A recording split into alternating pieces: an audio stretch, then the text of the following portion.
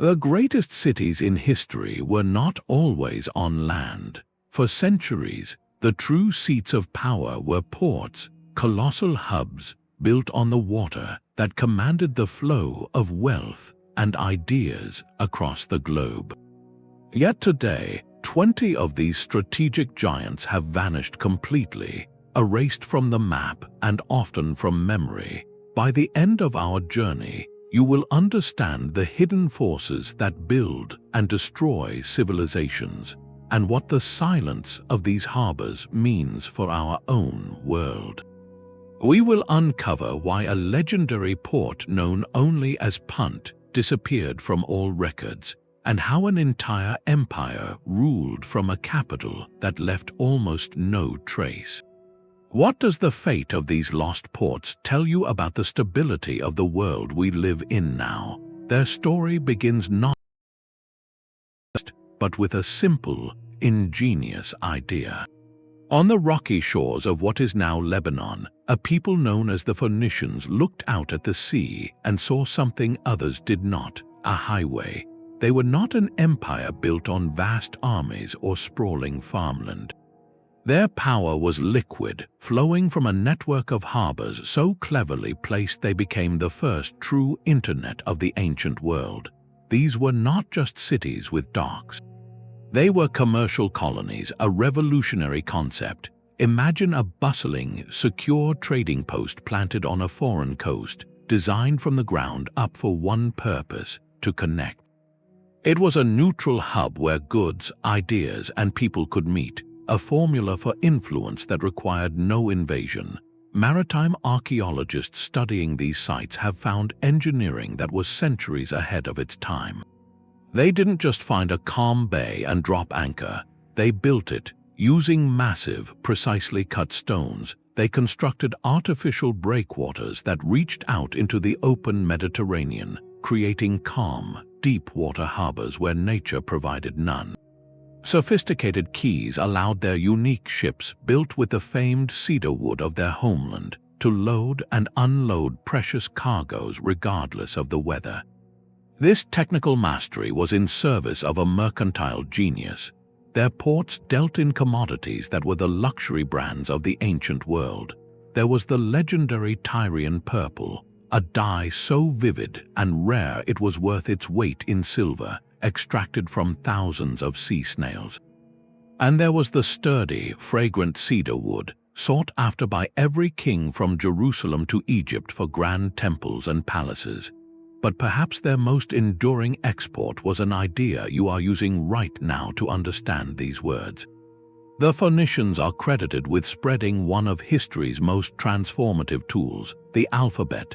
Their simplified writing system, designed for keeping fast trade records, traveled with their ships. It was adopted and adapted by the Greeks, then the Romans, forming the very foundation of Western written communication. Their model was one of agile neutrality. They were traders first, avoiding large-scale military entanglements to keep their sea lanes open and their ports welcoming to all. This system reached its ultimate expression in a place that started as just another outpost. A colony named Carthage on the coast of North Africa began as a Phoenician port, but it would grow so powerful, so dominant, that it would eclipse its founders and challenge Rome itself for control of the Mediterranean. That, however, is a story for another lost harbor. So consider this: when you look at a modern global hub like Singapore or Rotterdam, a place defined by container ships and financial flows rather than territorial size, what do you see? You are seeing the direct descendant of that Phoenician vision, a node in a network thriving on connection rather than conquest. Their ports vanished, buried under silt and modern cities, but the blueprint they created, the idea that power can flow through a harbor, never truly disappeared. It simply found new shores, but a blueprint requires a destination, a place to connect to, and for one of the world's first great civilizations, that destination was a shimmering mirage on the edge of the known world. For over 1,000 years, the pharaohs of Egypt spoke of a land of divine abundance, a partner so vital they called it the Terrace of the Gods. This was the land of Punt. Its legendary harbor was not a city of stone, but a concept, a single point of contact with a realm of unimaginable wealth. Think of it as the ultimate exclusive trading post, a gateway so remote and mysterious that reaching it was an achievement worthy of a temple wall. The Egyptians did not draw maps to Punt. They created wish lists, elaborate carvings in places like Queen Hatshep. Such mortuary temple show the treasures returning from a great expedition. The images are a catalogue of exotic wonder. Myrrh trees, their roots carefully balled in baskets for the long voyage, destined to fill temple courtyards with sacred fragrance. Stacked ebony logs darker than night, leopard skins draped over the shoulders of porters, heaps of fragrant incense resin, gold rings, and living animals like baboons and giraffes. These were not mere goods, they were the ingredients of divinity, the materials needed for ritual, for temple construction, for the pharaoh to demonstrate a connection to a world beyond the Nile. The harbor itself, the actual dock where these exchanges happened, is the ghost in this story. We see the ships being loaded in the reliefs, but the landscape behind them is generic, symbolic. Was it a bustling port city, or a simple beach where local traders met the Egyptian flotilla once a generation? The silence is profound. This leads to the central, haunting question. Where was it? For centuries, the search has pivoted on those carved clues. The animals and plants suggest a location in the Horn of Africa, perhaps modern-day Eritrea or Somalia. Other scholars point across the Red Sea to the mountains of Yemen. The truth is, Punt was less a fixed point on a map and more a region, a network of coastal communities that controlled access to the interior's riches. Its disappearance was not a dramatic collapse but a slow fading. Trade routes shifted over centuries. Knowledge of the precise sailing directions, passed down orally from captain to captain, could have been lost after a few failed voyages. Environmental changes might have altered the coastline, silting up the anchorage or pushing the source of those precious goods further inland. The port vanished because the specific combination of need, knowledge, and geography that sustained it simply fell out of alignment. One day, the Egyptians stopped sending ships. The local community, if there was a permanent one, moved on, and the Terrace of the Gods receded from history into myth. So we are left with a profound idea. A port can disappear simply because people forget how to find it. The commerce dries up, the sailors retire, and the coordinates dissolve from memory. The harbor of Punt is a lesson in the fragility of connection. It asks us what vital links in our own world depend not on steel and concrete, but on a single, fragile thread of knowledge that, if broken, leaves a place lost forever. This mystery of a harbor forgotten prepares us for a far stranger fate, a port that was not lost to memory, but deliberately consumed by the earth itself. That gleaming white cape was not just a landmark, it was a promise. For Greek sailors pushing west across the Mediterranean, the sight of Luceria meant they had reached Sicily, an island so rich it sparked dreams of empire. This brilliant limestone headland became more than a natural beacon. It grew into a thriving port city, a strategic prize in one of the ancient world's most volatile arenas. Here, on this contested shore, the commercial genius of the Phoenicians met the expansive ambitions of the Greek city-states, and the result was a constant, simmering conflict.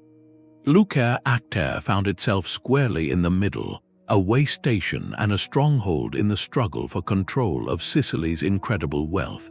The great historian Thucydides mentions it in his account of the Peloponnesian War, not as a backwater, but as a place of consequence where fleets could shelter and armies could be supplied. Its value was rooted in the land behind it. The port thrived on the flow of Sicilian grain, wine, and olive oil, commodities that fueled the entire Greek world. Yet this very prosperity planted the seeds of its disappearance. The rivers that watered those fertile plains also carried mountains of silt down to the coast. Year after year, decade after decade, this sediment quietly invaded the harbor, slowly choking the life from it. The process was so gradual it would have been almost imperceptible to a single generation. A dock becomes harder to access, larger ships must anchor further out, the cost of dredging becomes a constant burden. Then, history delivered a swifter blow. The region was a battleground caught between Greek Syracuse, Carthaginian armies from across the sea, and the island's indigenous Sicilian peoples. It is all too likely that amidst one of these clashes, Luceria was sacked, its buildings burned, its population scattered. When people did not return to rebuild, nature accelerated its work. The silt, unopposed, finished the job, burying the white-walled city and its clogged harbor under new earth. Today, scholars believe its remains lie near the modern town of Castellamare del Golfo, a name that still echoes its maritime past. The story of this port is underscored by a tantalizing tale of ambition and failure. Decades before Luceria's peak, a Spartan prince named Dorius, feeling cheated of his birthright, led an expedition to found a colony in this very area.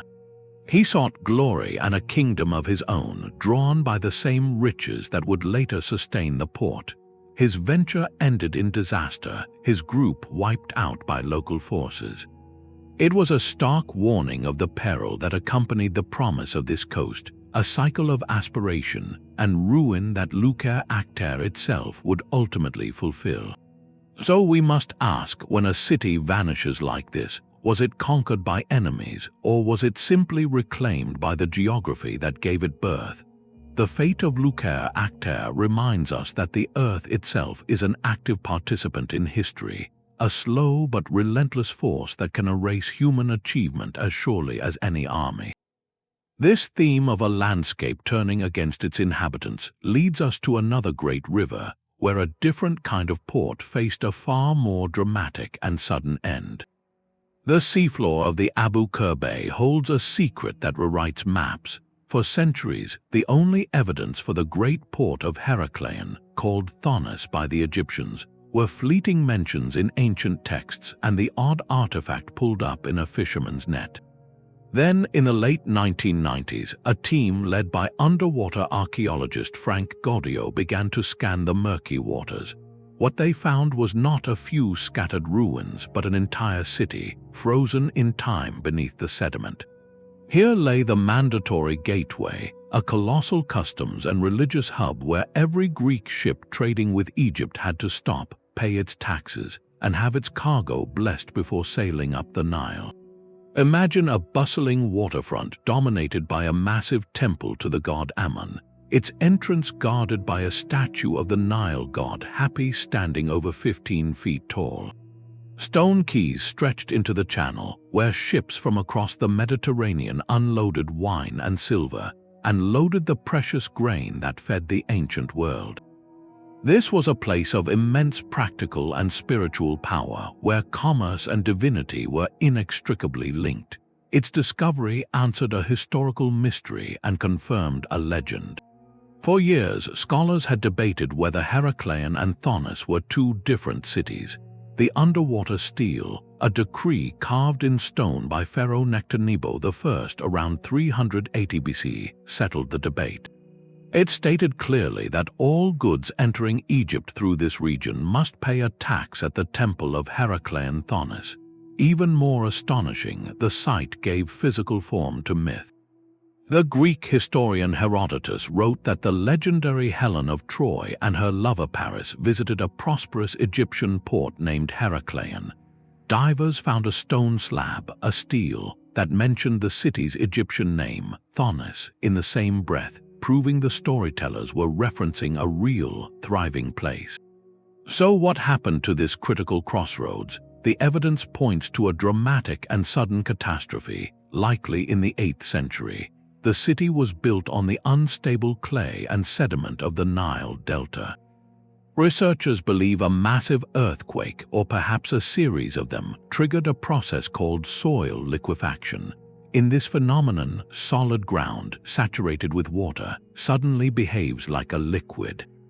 The heavy stone temples and colossal statues, built to last for eternity, essentially sank into the softened earth.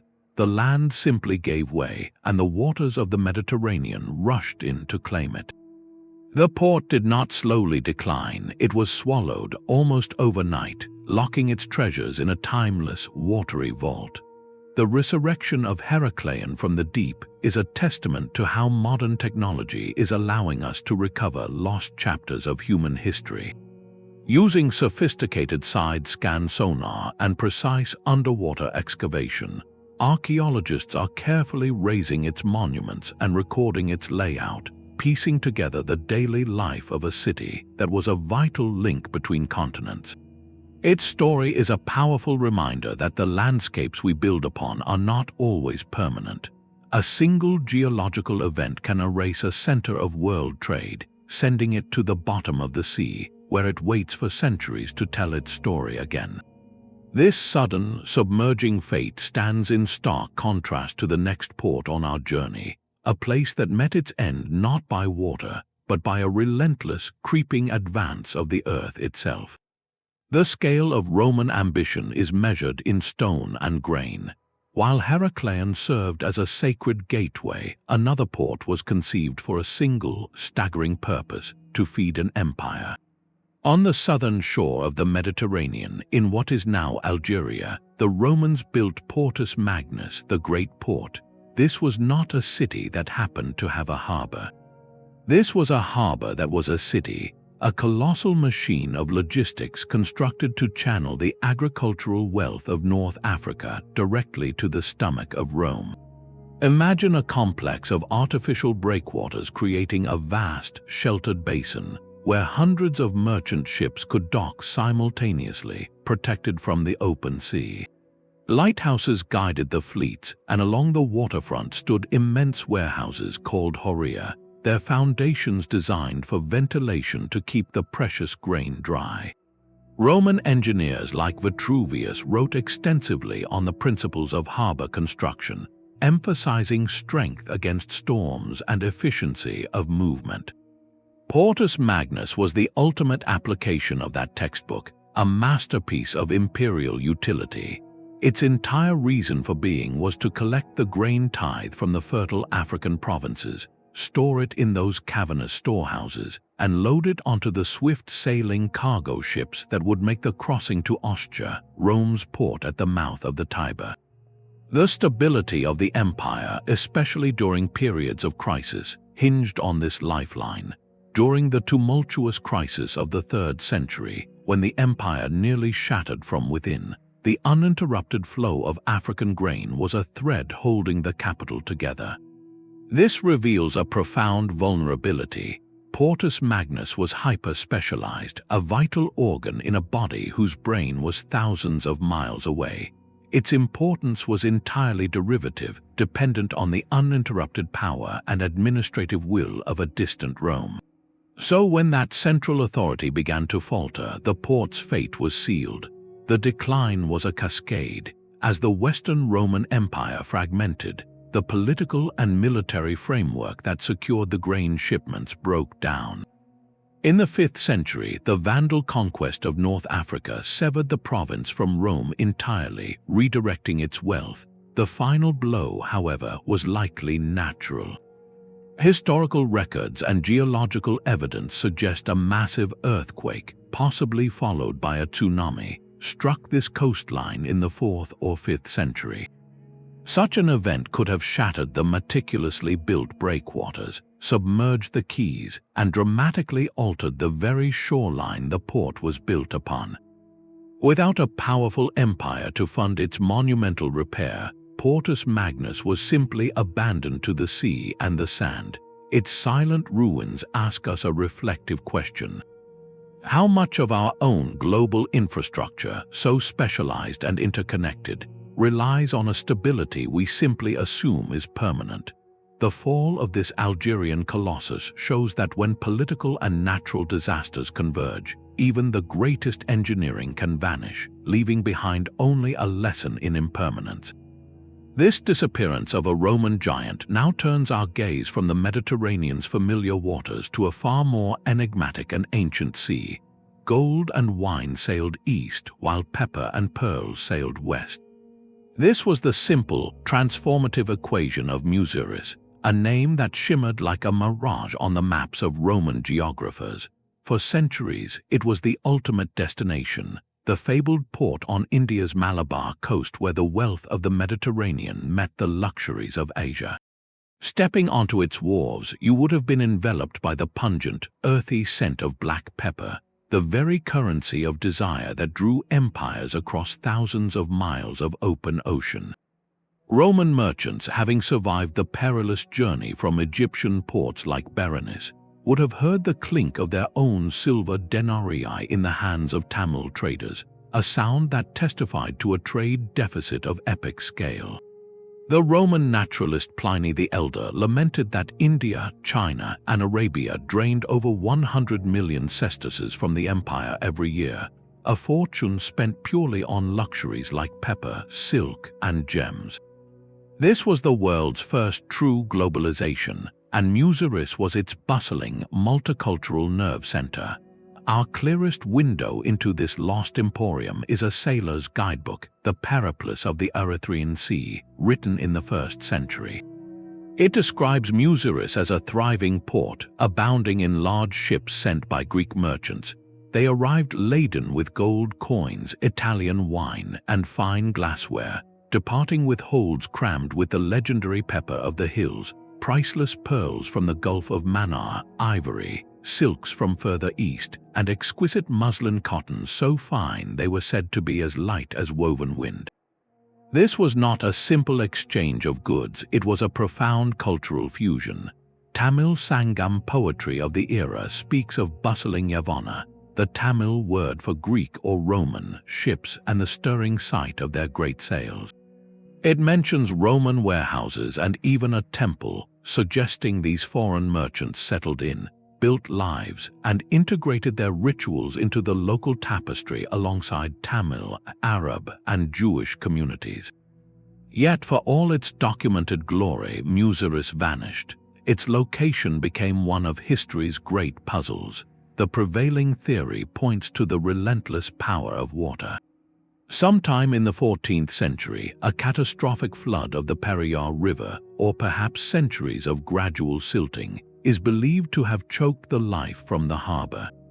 The very waterway that gave it access to the sea and the interior turned against it, rendering the port unusable.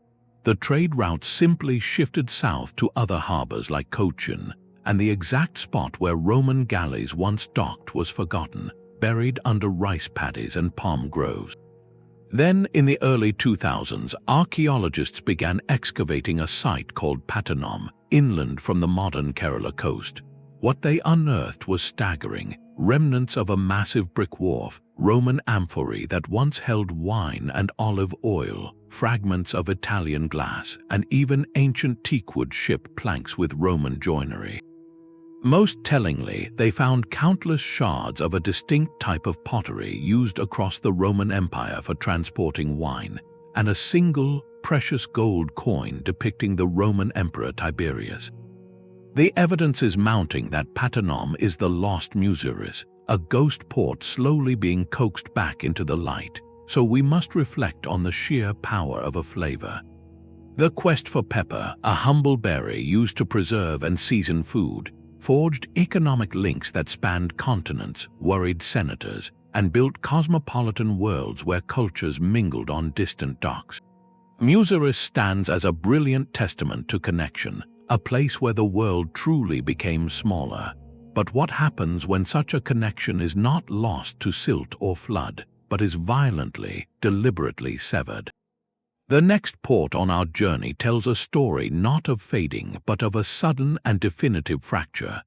The silence of Muziris was a slow surrender, but another great harbor met its end with a single, violent shudder. On the stark, sun-baked coast of Iran, the ruins of Siraf cling to the mountainside, a ghost of the Persian Gulf's greatest Silk Road port. This was not just a dock, it was a factory for adventure, a city of master shipwrights who built the iconic Arabian D-house designed for one terrifying purpose: to harness the monsoon. Twice a year, these predictable but ferocious seasonal winds reversed direction, creating a natural highway across the Indian Ocean. Siraf's entire existence was synchronized to this celestial clockwork. When the winds shifted, fleets of these nimble wooden vessels, their lateen sails catching the breeze, would depart loaded with dates, pearls, and glass. They would ride the monsoon west to Africa or east to India and beyond, returning months later with holds full of Chinese porcelain, exotic spices, and tropical hardwoods.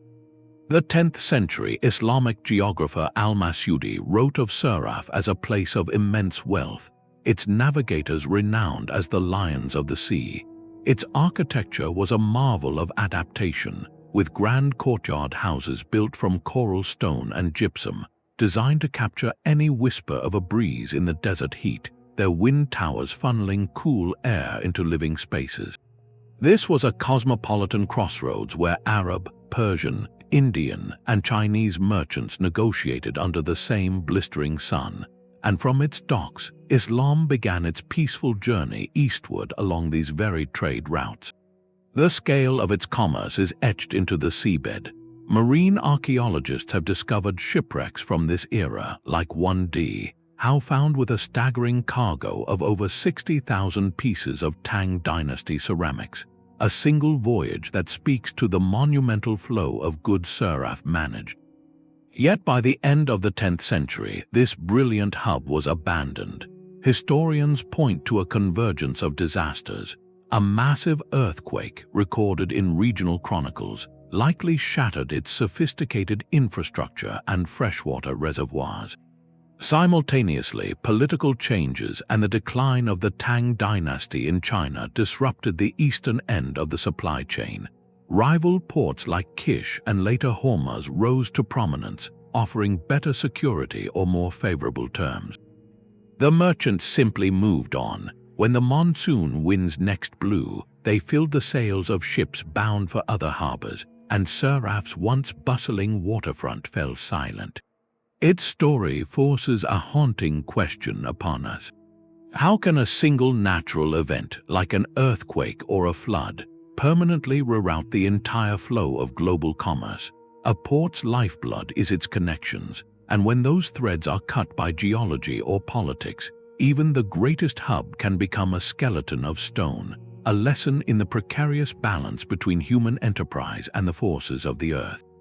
This theme of a network unraveling leads us from the arid mountains of Persia to a very different landscape, where a kingdom built its fortune not on open seas, but within a labyrinth of winding rivers. The power of Srivijaya was a whisper on the water. For over 6 centuries, this maritime empire ruled not from a fortress of stone, but from a capital that may have floated. Historians believe its heart was near modern Palembang on Sumatra, a city built on the muddy banks and shifting channels of the Musi River. Imagine not grand boulevards, but a labyrinth of wooden houses on stilts, connected by canals and bustling with canoes. Chinese pilgrims like the monk Yijing, who stayed there in the 7th century, described it as a great center of Buddhist learning, a place where thousands of monks gathered to study sacred texts before continuing their journey to India. Arab traders wrote of a king who lived in a palace that seemed to drift among the waterways, his wealth derived entirely from his command of the sea. This was the essence of a thalassocracy, a realm defined by liquid borders. Srivijaya's territory was the Strait of Malacca, the narrow, funnel-shaped passage between Sumatra and the Malay Peninsula. Every ship sailing between the markets of China and the ports of India had to pass through this choke point. The empire's genius was turning geography into revenue. It functioned as what some scholars call a protection state. Its powerful navy patrolled the strait not to conquer land, but to offer a deal to merchants, pay a tax for safe passage, and enjoy the security of our harbors and the fairness of our markets. Refuse and face the perils of piracy, which the Srivijayan fleet could also conveniently provide. This system made the empire incredibly rich without needing to build an inland empire. Its exports were the fragrant treasures of the Sumatran rainforest, camphor used in medicines and rituals, and benzoin, a resin burned as incense. In return, its ports filled with fine Chinese ceramics, colorful Indian textiles, and glassware from Persia. Yet this magnificent waterborne kingdom has proven nearly invisible to archaeologists. Unlike Angkor or Borobudur, it left behind no towering stone monuments. The reason is written in the environment itself. The Musi River, the empire's lifeline, was also its eventual grave. Centuries of deforestation upstream caused massive siltation, slowly filling the river channels. The deep water anchorage that once hosted Chinese junks and Indian dhows gradually became too shallow for large, ocean-going vessels. The port literally began to sink into the soft, waterlogged earth. Then came external pressures. In the 11th century, the ambitious Chola dynasty of southern India launched naval raids, sacking key ports and challenging Srivijayan dominance.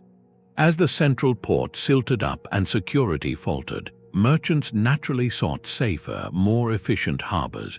New entrepots like Singapore and later Malacca rose to prominence, offering better facilities and stable governance.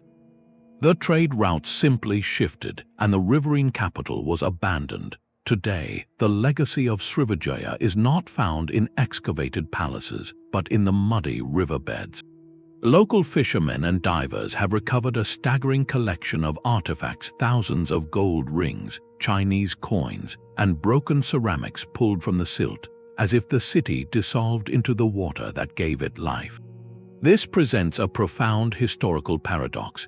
How can an empire that dominated the most important trade route on Earth for 600 years leave so little trace on the land?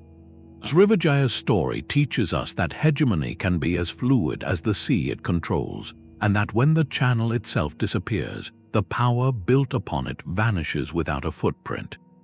This kind of erasure by environmental change is one path to oblivion, but our next port met a far more definitive and fiery end, consumed not by silt, but by the unyielding force of a rival's ambition. A barren island of salt and rock became the richest marketplace on Earth. In the searing heat of the Strait of Hormuz, where the Persian Gulf narrows to a strategic pinch point, the city-state of Old Hormuz rose not from fertile soil, but from pure, calculated advantage. This was the ultimate strategic island port, a fortress of commerce built where nothing lived, because its sole purpose was to control everything that passed by. After the decline of Siraf, merchants and rulers sought a new, more defensible base to command the lucrative trade between Persia, Arabia, India, and beyond. They found it on this desolate outcrop. Its genius was its isolation. Surrounded by deep, navigable channels, it was a natural fortress, easily defended from land-based armies and rival fleets. The city they built upon it was a dazzling paradox. Portuguese chronicler Duarte Barbosa, writing in the early 16th century, described a place of staggering opulence.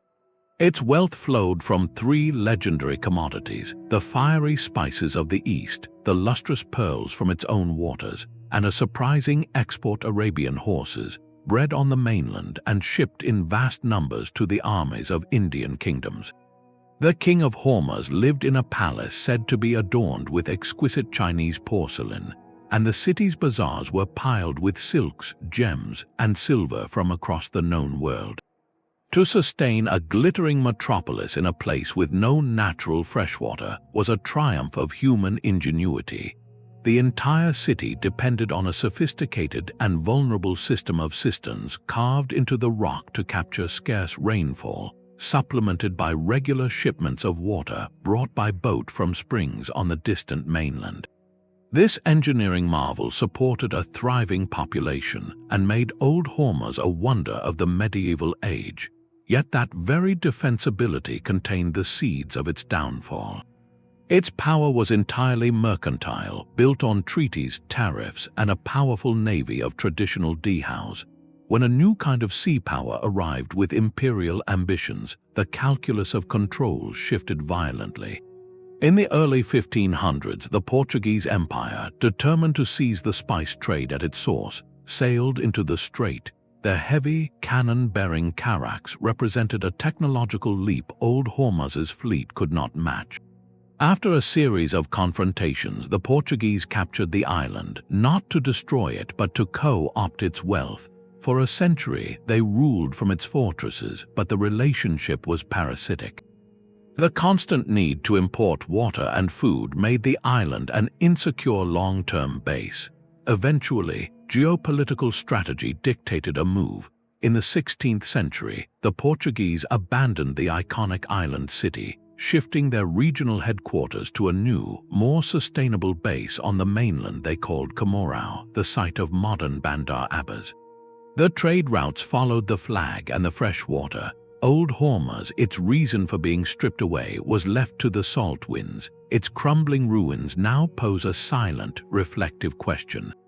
What are the true limits of wealth and clever engineering when faced with a change in the very nature of power?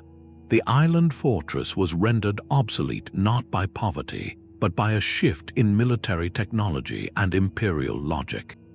Its fate demonstrates that a port can be killed not by nature's slow hand, but by the swift, decisive stroke of a rival's grand strategy. This lesson in geopolitical fragility now carries us across the world to a very different ocean where another port would be sacrificed to the tides of ambition.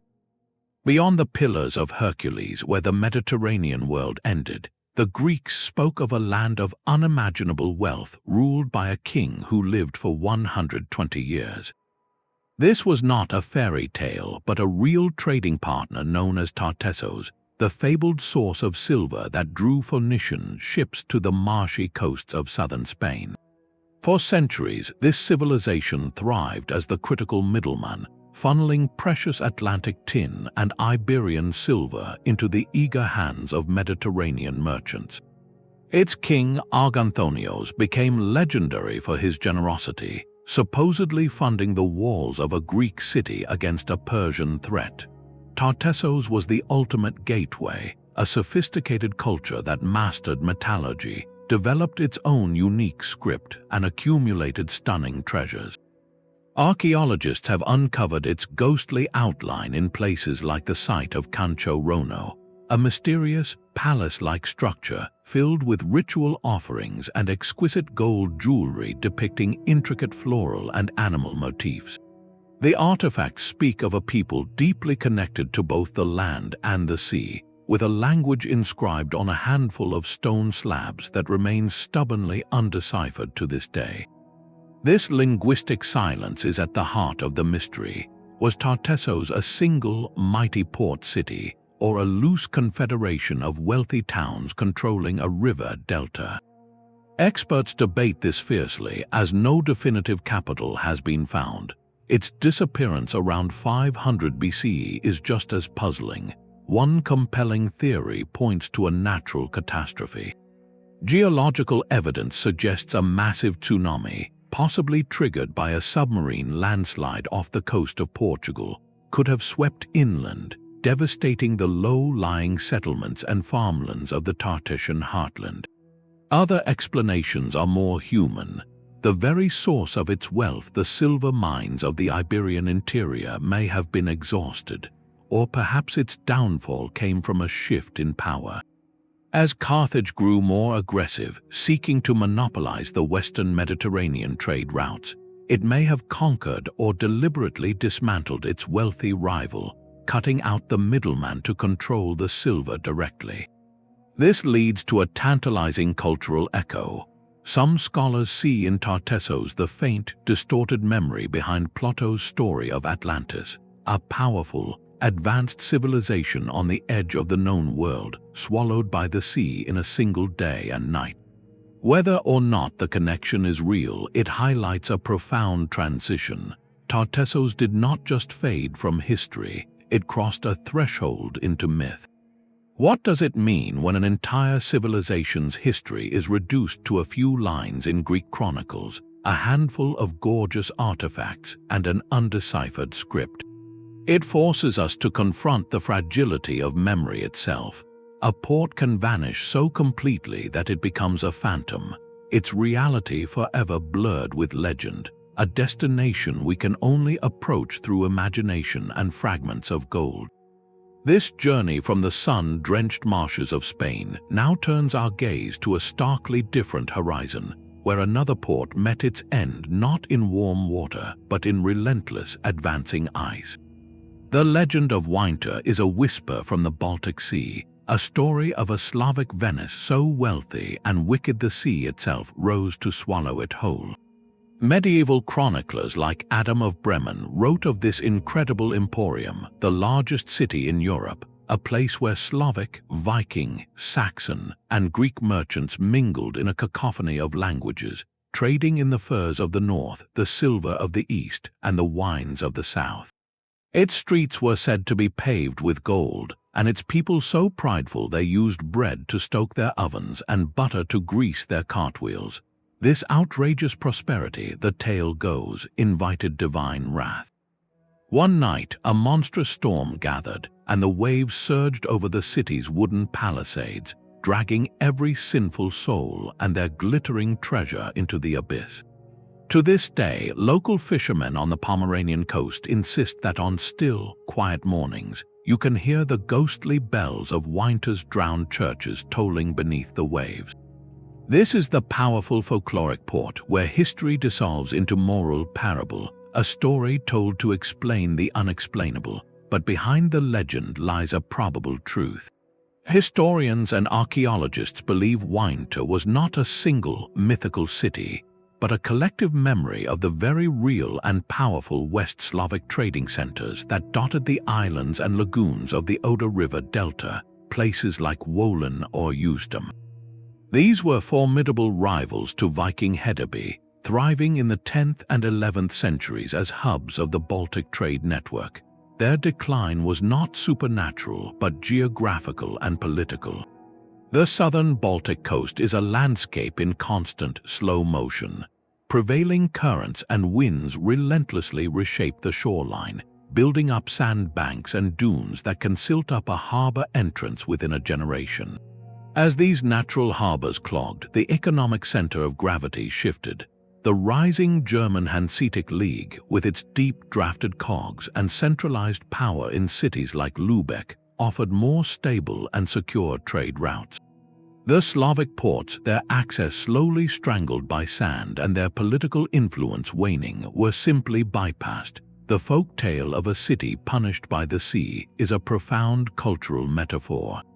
It is how a community makes sense of a bewildering loss, transforming the slow, impersonal forces of coastal erosion and economic change into a dramatic, moral story they can understand and pass down. What does it say about us that we often prefer a legend of divine punishment to the quiet, complicated truth of shifting sand? The haunting bells of Wünsdorf are not just a ghost story, they are the echo of a real prosperity drowned by time, a reminder that sometimes a port disappears because the world simply finds a more convenient route. This theme of a harbor rendered obsolete by new pathways leads us across the Atlantic, where a very different port would be sacrificed not to water, but to the relentless growth of the land itself. No port in history met its end with such brutal, biblical swiftness. On the morning of June 7, 1692, Port Royal was the most notorious English settlement in the world, a roaring, lawless boomtown perched on a slender sand spit at the mouth of Kingston Harbor. By 1143, it was gone. The city, known as the wickedest place on earth, was a deliberate creation of English strategy. Captured from Spain in 1655, it was transformed into the perfect base for attacking the Spanish Main. Here, the line between legal privateer and outright pirate was deliberately blurred. The English crown issued letters of marque, official licenses to attack enemy ships, turning maritime outlaws into instruments of state policy. The harbor was a forest of masts belonging to the ships of infamous captains. while the town's taverns and brothels overflowed with gold pieces, Spanish silver, and stolen finery. It was a place where wealth was measured in plunder and human bondage, its economy propped up by the brutal sugar plantations of the island and the transatlantic trade in enslaved individuals. The social order was a volatile mix of royal officials, wealthy merchants, and a vast underclass of sailors, laborers, and those held in bondage, all living on a foundation of pure sand. When the earthquake struck, it did not just shake the city, it unmade it. Contemporary accounts describe a scene of surreal horror. The ground rolled in waves like the sea, and the sandy spit simply dissolved. Eyewitnesses wrote of people swallowed by fissures that opened in the streets, only for the earth to close upon them again. Then the tsunami rushed in, completing the destruction. In less than 10 minutes, 2/3 of the town sank beneath the harbor or was washed away. Over 2,000 people lost their lives instantly. In the aftermath, sermons across Europe thundered that this was divine retribution, a cleansing of a modern Sodom. The story of the pirate Henry Morgan, who had sacked Panama and was later knighted and made lieutenant governor of Jamaica, adds a grimly poetic footnote. He died in Port Royal a few years before the quake, given a grand funeral. When the earthquake hit, his lead-lined coffin was reportedly torn from its burial vault and carried out to sea, as if the very waters he had plundered reclaimed him. The real cause, however, was geological, not theological. The disaster was a perfect demonstration of liquefaction. The intense shaking of the earthquake turned the water-saturated sand beneath the city temporarily into a liquid, removing all solid support. The massive brick warehouses and stone forts, symbols of permanent power, became anchors that dragged entire city blocks straight to the bottom. This presents us with an uncomfortable duality. Was Port Royal's fate a natural disaster, or was it a moral parable written by the earth itself? The port was built on two unstable foundations: the literal, shifting sand of the spit and the corrosive, exploitative economy of piracy and forced labor. Its catastrophic end forces a difficult question.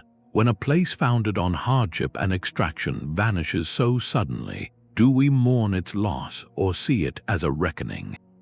The ruins of Port Royal, now a submerged archaeological site, offer no easy answers, only a stark warning about the ground we choose to build upon. This lesson in sudden collapse now carries us to the opposite side of the globe, where another harbor would face a slower but equally definitive erasure. A city of stone rises directly from the sea. On the remote island of Pohnpei, in the vast Pacific, stands Nan Madol, a maze of over 100 artificial islets built atop a coral reef, its canals filled not with fresh water, but with the tides of the open ocean. This was the Venice of the Pacific, but its purpose was far more profound than commerce. Nan Madol was a ritual port, a ceremonial capital where maritime access defined divine authority. The Saudeleur dynasty, which unified Pohnpei for centuries, ruled from this aquatic fortress. Its canals were highways for ceremonial canoes, connecting a scattered island realm not through trade goods, but through the performance of power and sacred ritual. To arrive by sea at these basalt walls was to submit to a spiritual and political order carved from the living reef. The construction itself is a mystery that defies easy explanation. Starting around the year 1200, builders moved an estimated 750,000 tons of prismatic basalt columns, some weighing over 50 tons, from quarries across the island. They accomplished this without metal tools, wheels, or draft animals. The prevailing theory, supported by island oral histories, is a staggering feat of communal logistics. Teams would have levered the columns onto wooden sledges or rafts, moving them through the island's mangrove channels at high tide, then muscling them into position on the reef, stacking them in crisscross patterns to create stable platforms. This was not just architecture, it was an act of societal will, a generation-spanning project that must have consumed the labor and resources of the entire population. The city was meticulously zoned. There were separate precincts for priestly ceremonies, for housing the elite, and for the vital craft of canoe building, the source of the dynasty's mobility and control. At its heart lay a sacred, walled enclosure, the tomb of the Sordeleurs themselves, a space so charged with spiritual power it was meant to cement their rule for eternity. Yet that very tomb became a symbol of oppression and a focal point for rebellion. Oral histories tell of a dynasty that grew increasingly harsh, demanding heavy tributes of food and labor. The ecological strain of sustaining such a concentrated, non-food-producing elite on a fragile reef may have been immense. The very canals that were the city's arteries could have altered local fisheries, while the deforestation needed to move all that stone might have impacted island agriculture. The grand project began to consume the society that built it. By the 17th century, the system broke. A legendary figure named Isoclecal is said to have led a revolt, overthrowing the last Sordeleur. With the central authority gone, the reason for maintaining the complex, water-logged capital vanished. The population dispersed back to traditional village lands, and the sea began its slow reclamation of the silent canals and soaring walls. So we must ask, what happens when a civilization's greatest achievement becomes the cause of its unraveling? The haunting ruins of Nan Madol are a monument to breathtaking ingenuity, but also to the delicate balance between ambition and sustainability. It shows us a port that died not from foreign invasion, but from the weight of its own sacred logic. This story of a ritual capital collapsing under its own demands now shifts our gaze to a very different kind of harbor, one whose fate was sealed not by internal rebellion, but by the ruthless calculus of colonial empires. Its walls were never meant to house a city, only a system.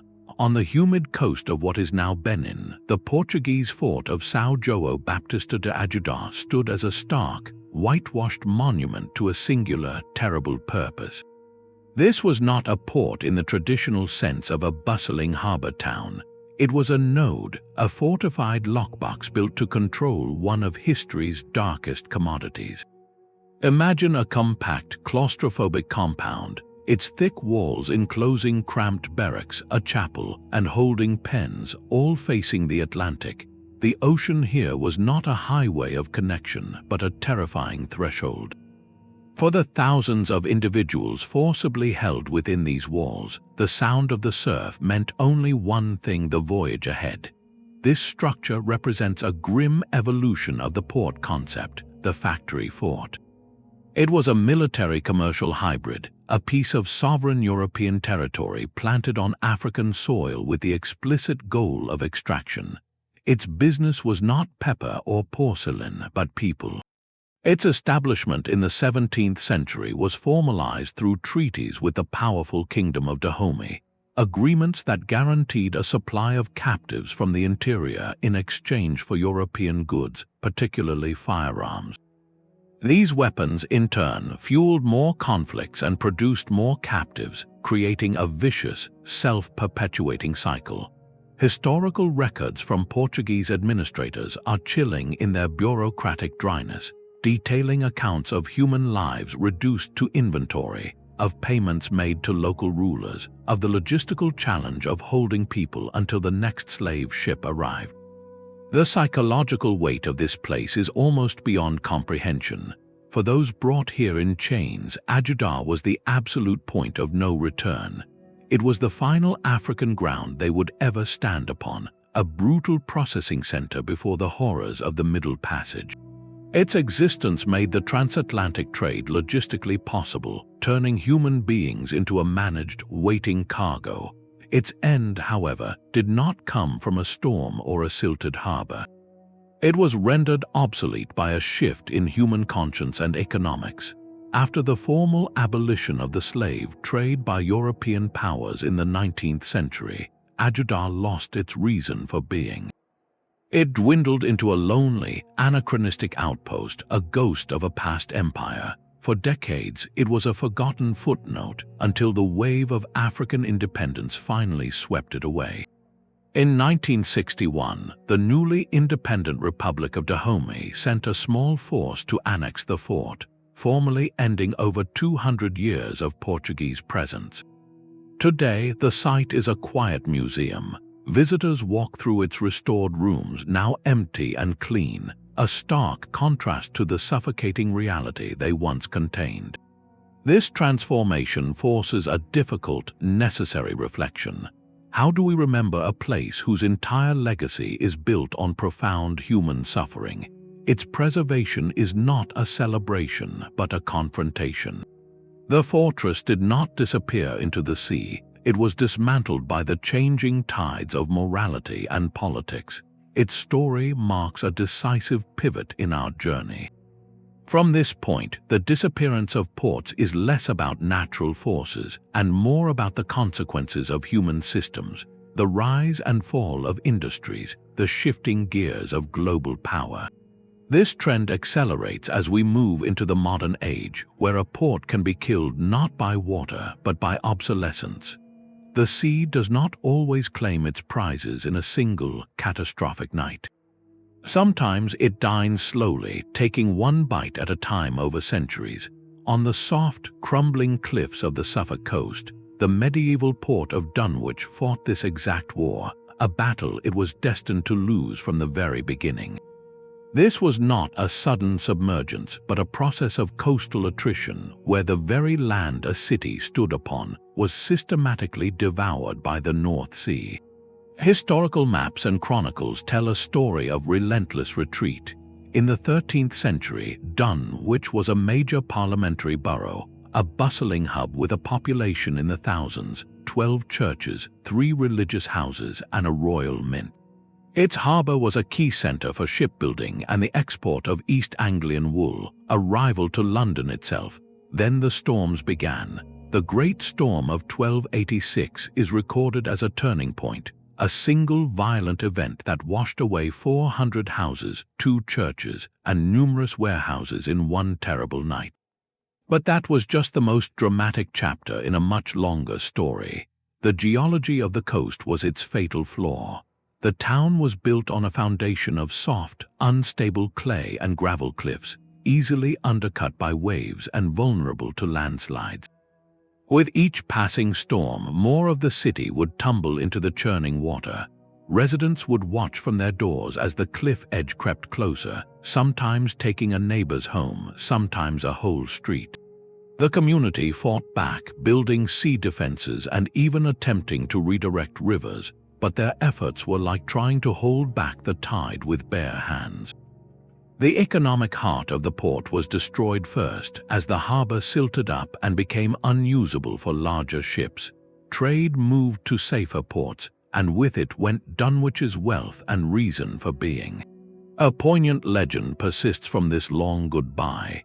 As the cliff finally reached the great St. Peter's Church, its tower, the last standing structure, eventually toppled into the sea. Local folklore insists that during stormy nights, you can still hear the drowned bells of St. Peter's ringing mournfully from beneath the waves, a ghostly echo of the community that vanished. This leads to a quiet, profound question. What do you do when your home is being eaten yard by yard, year by year? Do you rebuild further back, or do you finally gather what you can carry and leave? Dunwich's population did both, in a slow exodus that lasted generations, until all that remained was a tiny village, a museum, and a coastline that continues to erode to this day. Its story is a powerful, ongoing reminder that for some ports, the enemy is not a rival empire or a shifting trade route, but the patient, inexorable appetite of the sea itself.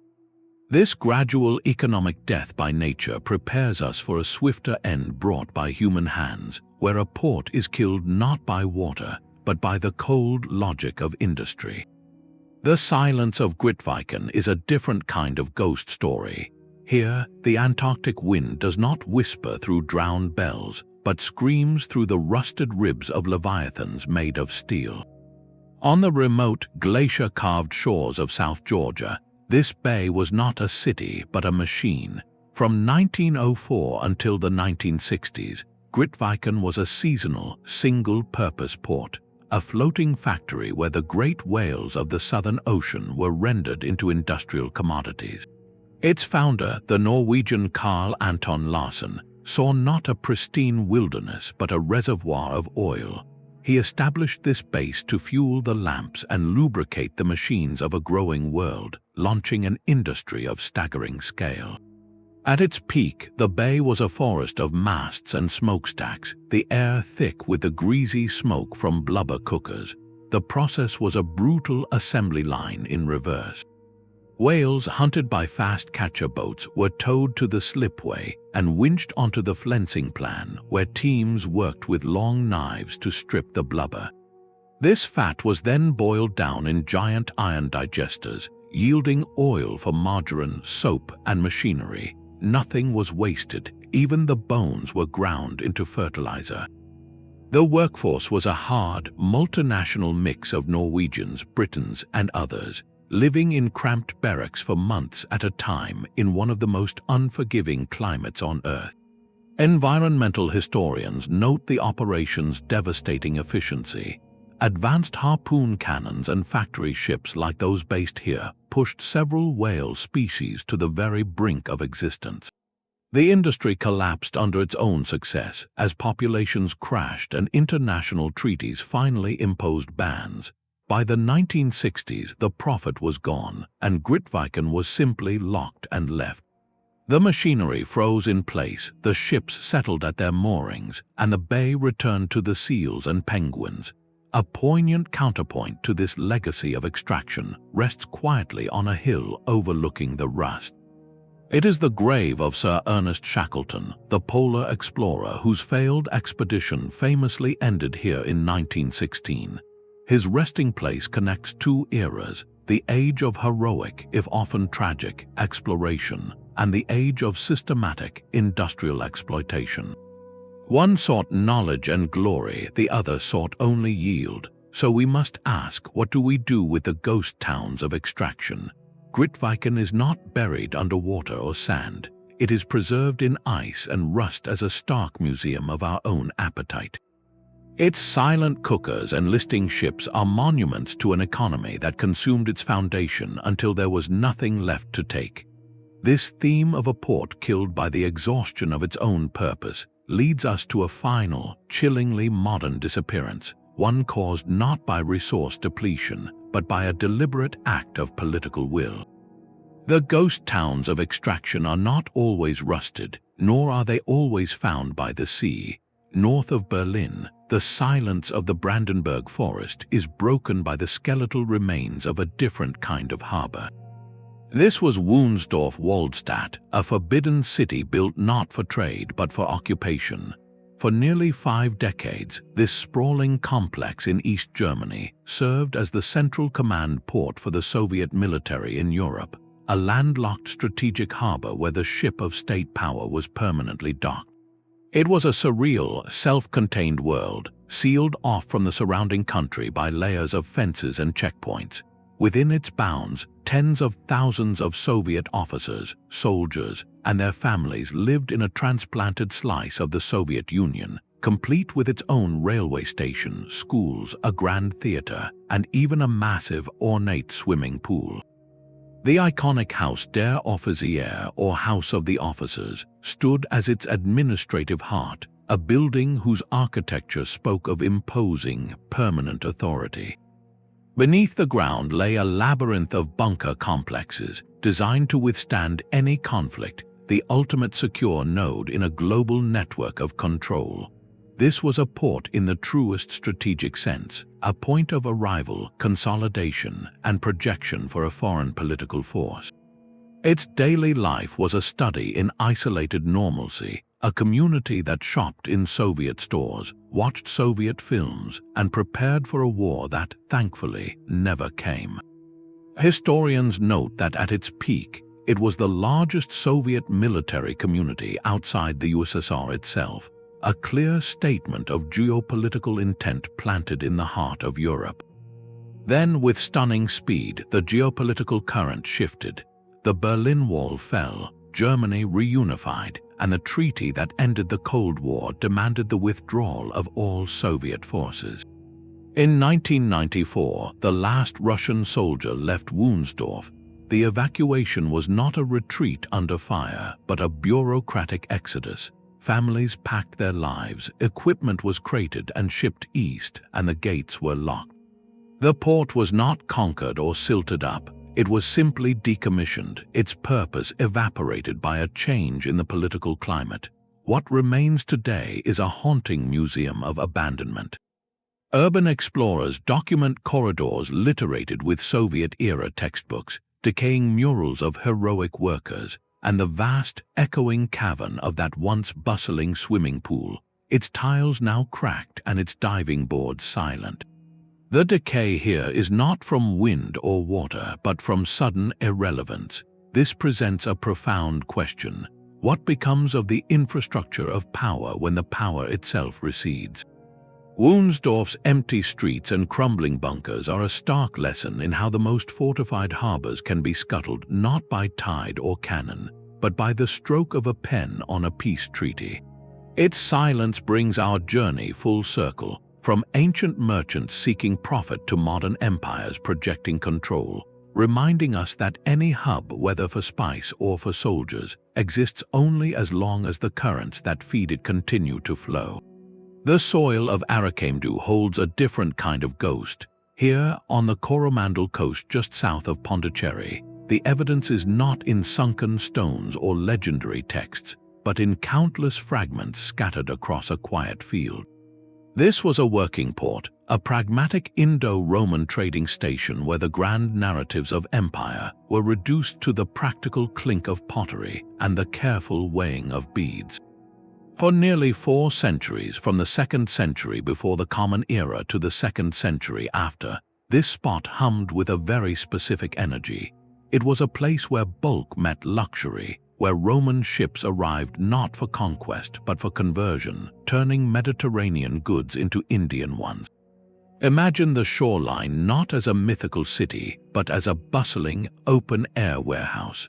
Rows of distinctive Roman amphorae, those tall, 2-handled clay jars, stand packed with Italian wine or olive oil, emptied and awaiting their new cargo.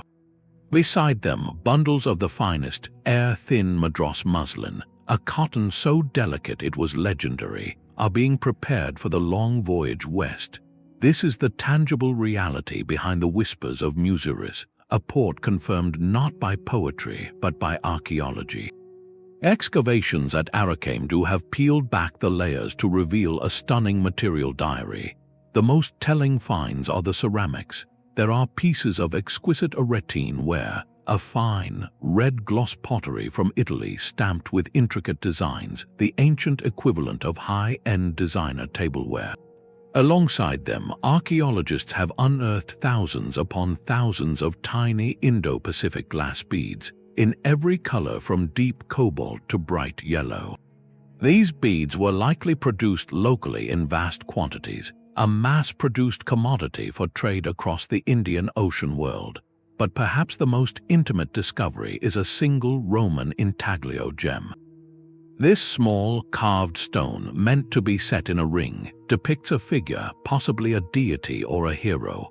Its presence strongly suggests a Roman merchant or official lived and worked here, losing a personal item that lay buried for 2 millennia.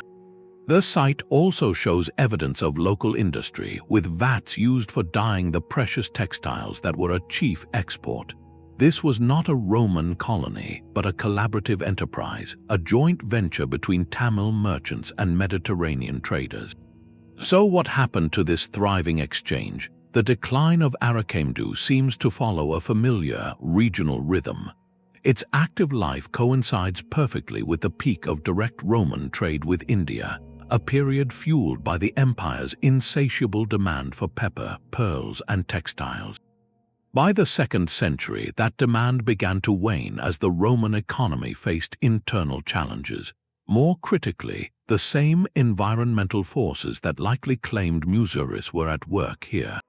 The shifting courses of local rivers and the relentless process of siltation would have slowly choked the accessibility of the harbor.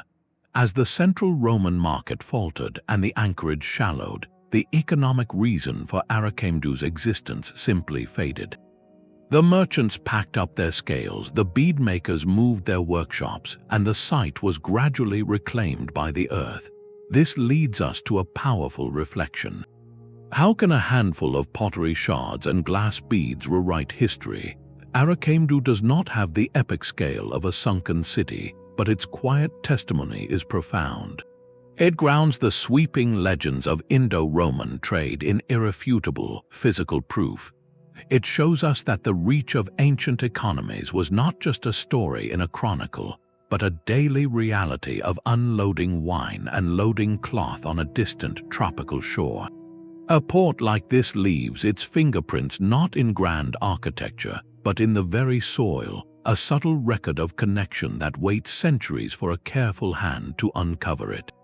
This tangible evidence of a forgotten exchange now turns our attention to a port that represents the opposite end of the spectrum, a place whose story is written not in scattered artifacts, but in a single, deliberate act of erasure.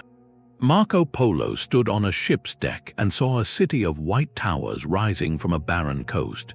In his famous travelogue, he described Kalhat as a fine port, a crucial link in the chain connecting the riches of Hormuz to the markets of India. For centuries, this was more than a simple harbor. It was the secondary capital of the mighty kingdom of Hormuz, a thriving administrative and commercial hub where the desert met the deep blue sea of the Arabian coast. Pilgrims bound for Mecca gathered here alongside merchants dealing in Arabian horses, Persian carpets, and Indian spices, all sheltered within formidable walls that spoke of both wealth and wary defense. Kalhat exemplifies the concept of the secondary hub, a port that flourishes not as the primary seat of power, but as a critical supporting node, thriving under the umbrella and protection of a larger empire. Armani historians note that before the rise of Muscat, this stretch of coast was the true heart of regional maritime activity, with Kalhat as one of its brightest jewels. Its prosperity was entirely derivative, fed by the security and trade networks of the Hormuz kingdom. This very dependency, however, would seal its fate. In the early 16th century, the same Portuguese cannons that had humbled old Hormuz turned on Kalhat. Seeking to dominate every link in the trade chain, the invaders attacked, severely damaging its fortifications and shattering the sense of security that merchants required. The assault was a strategic blow, but the abandonment that followed was a matter of cold economics. With Portuguese power now entrenched at Hormuz and their policies redirecting trade flows, the reason for Kalhat's existence began to evaporate.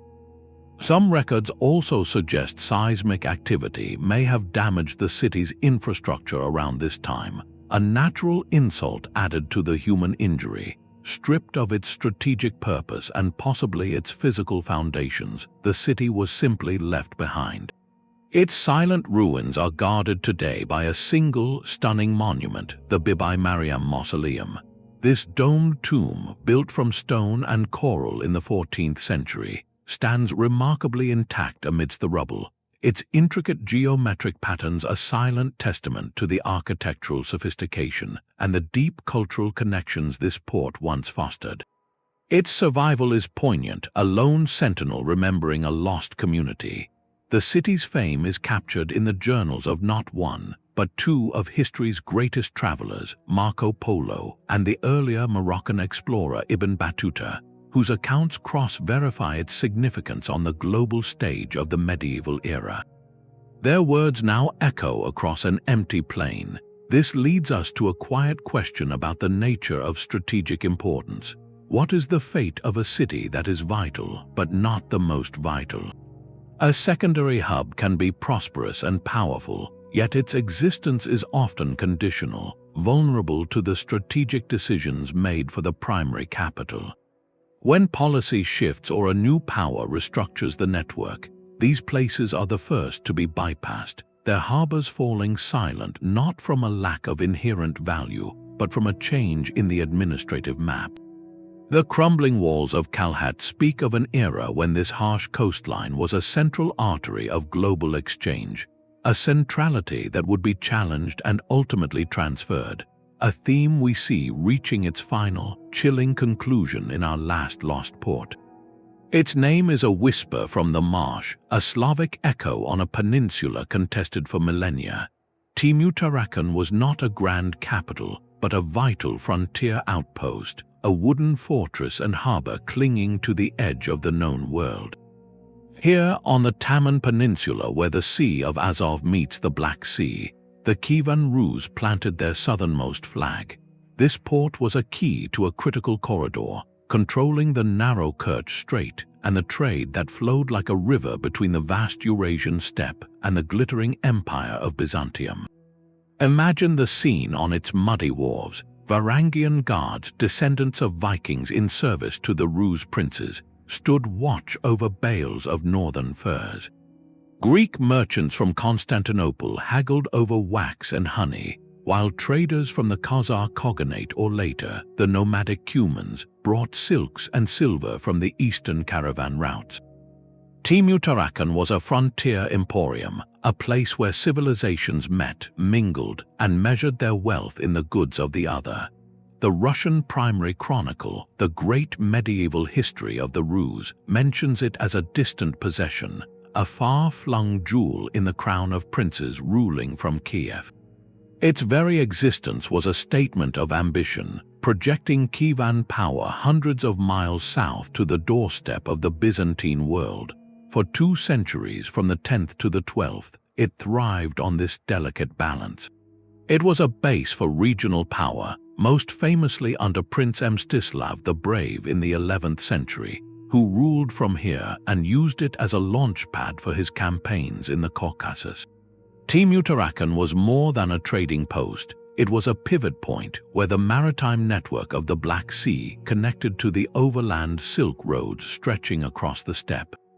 Its survival depended entirely on keeping both ends of that connection open and secure, and that was its fatal vulnerability. The port's disappearance is a story of the land turning against the sea. From the late 11th century, new waves of nomadic confederations, particularly the Cumans, surged across the steppe. They severed the overland corridors that linked Timuttarakan to its Slavic heartland in the north. The port was suddenly isolated, a Slavic island in a rising sea of grass, cut off from the reinforcements, trade, and communication it needed to endure. At the same time, the geography itself was shifting. The slow, relentless silting of the Kerch Strait and the surrounding lagoons began to choke the harbor, making it less accessible to the deep-drafted ships that were its lifeline. Squeezed by political isolation and a strangling coastline, Timuttarakan simply faded from the historical record. By the 12th century, it was gone, its location becoming so debated that some scholars began to doubt it was ever a real place. Then, in 1792, a chance discovery settled the argument. Workers on the Taman Peninsula unearthed a large marble slab. Carved into it was an inscription in Old East Slavic dating to 1068. It recorded Prince Gleb measuring the distance across the Kerch Strait from Timuttarakan to Kerch. This artifact, known as the Timuttarakan stone, was the smoking gun, irrefutable proof that the legendary port was not a myth, but a tangible, measured part of the medieval world. So we must reflect on a fundamental truth of commerce and power. What happens to a sea gate when the land road behind it is barricaded? Timuttarakan's fate illustrates the profound interdependence of land and sea routes. A port is not an isolated entity. It is the terminus of a vast, invisible web of pathways. When the overland threads of that web are cut by political upheaval or shifting alliances, the harbor at the end of it withers, no matter how deep its water or strong its walls. This delicate balance between the solid earth and the open sea reaches its ultimate and most chilling test in our final lost port, a place where that balance was not lost to nature or nomads but deliberately poisoned by human hands. The sheltered bay at Caen held its breath. In the autumn of 480 before the Common Era, this quiet corner of the Aegean coast was anything but peaceful. It was a forest of wood and purpose, crammed with the silhouettes of over 300 Persian warships. This was the secret mustering point for one of antiquity's most formidable fleets, a temporary military port created for a single, world-altering campaign. The great historian Herodotus recorded its role, describing how the Persian king Xerxes I gathered his naval forces here after a storm damaged his ships, using the bay's protected waters to regroup before the decisive Battle of Salamis. Caen represents the ultimate ephemeral port, a harbor whose entire significance was measured not in centuries of trade, but in weeks of urgent preparation. Its existence was purely functional, a strategic tool forged for a moment of supreme imperial ambition. Recent archaeological work has finally confirmed its location, near the modern Turkish town of Bademli. Teams surveying the small islands within the bay discovered clusters of ancient, deeply worn mooring stones, cut with channels to secure heavy ship ropes, alongside scattered pottery fragments from the precise era of the invasion. These silent stones are the physical anchors of history, proving that Herodotus was not just telling a story, but documenting a real, fleeting naval base. The logistical challenge of maintaining such a fleet here was staggering. Hundreds of triremes, each requiring a crew of nearly 200 men, needed constant supplies of fresh water, food, and repair materials, all funneled into this remote location. The bay was not a city, it was a machine, a floating army sustained by the sheer will of an empire. Yet after the Persian defeat at Salamis, the machine was switched off. The fleet dispersed, the strategic reason for Caen evaporated, and the site reverted to what it had always been, a minor local anchorage for fishermen. Its glorious purpose was forgotten, buried not under silt but under the relentless tide of new events. This leads us to a final, powerful reflection on the nature of these places. For 20 episodes, we have traced ports that ruled for ages before fading. Caen's story is different. It reminds us that a harbor can achieve world historical importance in a heartbeat, serving as the pivot for a clash of civilizations, and then vanish back into the landscape as if it were never there. Its significance was absolute, but its footprint was almost invisible. How many other turning points in history unfolded in such temporary, purpose-built places, leaving barely a trace for us to find? The quiet bay at Caen holds the echo of an empire's fleeting reach, a lesson that sometimes the most powerful ports are those never meant to last. The silent stones of Caen ask us to reconsider what a port truly is. It is not merely a place where ships dock, it is a moment where geography and ambition align, a fleeting convergence of need and opportunity that can vanish as quickly as the tide recedes. From the sunken temples of Heracleion to the whispered legends of Wünsdorf, our journey across these 20 lost ports reveals a profound truth. The sea lanes of history are littered with the ghosts of hubs that once thought themselves eternal. We have walked the drowned quays of Port Royal, felt the spiritual weight of Nan Madol's canals, and traced the trade routes that once pulsed through Muziris and Siraf.